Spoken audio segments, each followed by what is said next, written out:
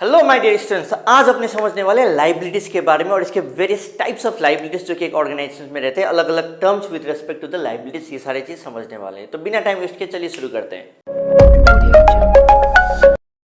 Sir liability माने क्या? Liability मतलब माथा का टेंशन पकड़ लो। Okay, when you owe something to someone, okay, that is known as liability. इसको यदि हम लोग एक अकाउंट्स के सेंस में डालें तो लाइबिलिटी मतलब क्या हो जाता है ना, व्हेन अ बिजनेस एंटरप्राइज ओज something to the outsiders, to the creditors, to the people, okay, that is known as liability. इसी को अपने बोलते हैं liability। ठीक है, मतलब एक हिसाब से कुछ देना है, उधार चुकाना है। It's a debt which is to be paid by the business to the outsiders. This is nothing but the liability।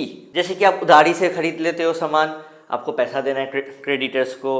जैसे आपने लोन ले लिया, आपको वापस करना है पैसा, that is also your liability.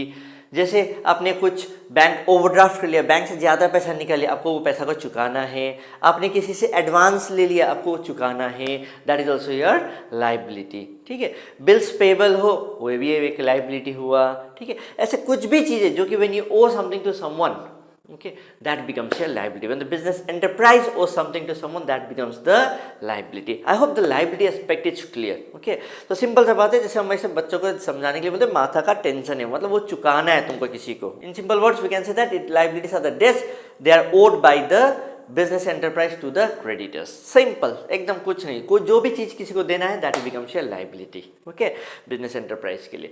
ये सर लाइबिलिटीज कितने टाइप के होते हैं? देखो लाइबिलिटीज को ना अलग अलग तरीका से क्लासीफाई किया जा सकता है। पहला क्लासिफिकेशन ना किसको पे करना है। Okay, on that ground you have two types of liability, internal liability and external liabilities.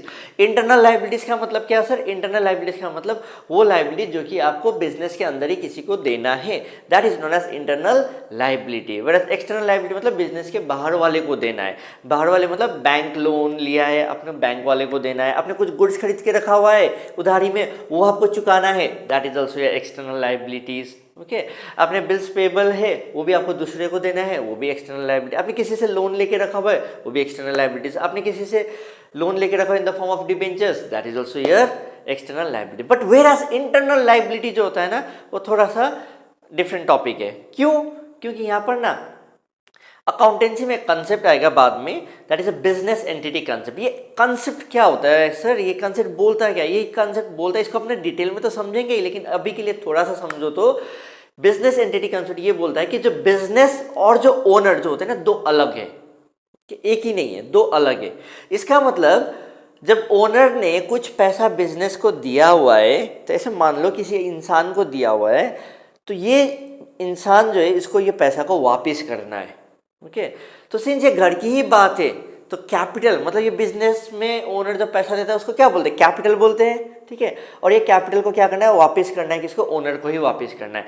इसको क्या बोलते हैं? अपने इंटरनल लायबिलिटी बोलते हैं। यदि प्रॉफिट हो गया बिजनेस में, ओके, तो किसके कारण हुआ? ओनर के कारण हुआ, तो ये प्रॉफिट भी क्या हो जाता है? इंटरनल लायबिलिटी हो जाता है। मतलब capital invested by the owner, profit earned by the business, ये सारे चीज़ें क्या होते हैं? इंटरनल लायबिलिटी से। ओके, एंड एक्सटर्नल का तो क्या लिस्ट ही बहुत लंबा चौड़ा है। किसी भी बाहर वाले को जो पैसा देना है, that is your external liability. ये on the basis of to whom to pay, internal and external liabilities. Okay, next classification जो काफी काम आता है, that is on the basis of कब पे करना है, when the liability is to be paid.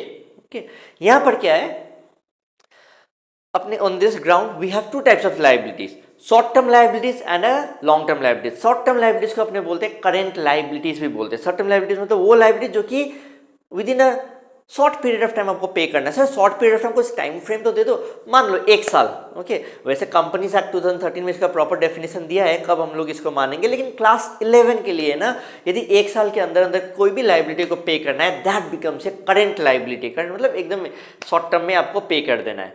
Whereas any liability which is not a current liability is a non current liability, मतलब 1 साल से बाद में जब पे करना है, मतलब आपने 5 साल के लिए लोन ले लिया, that is a non current liabilities.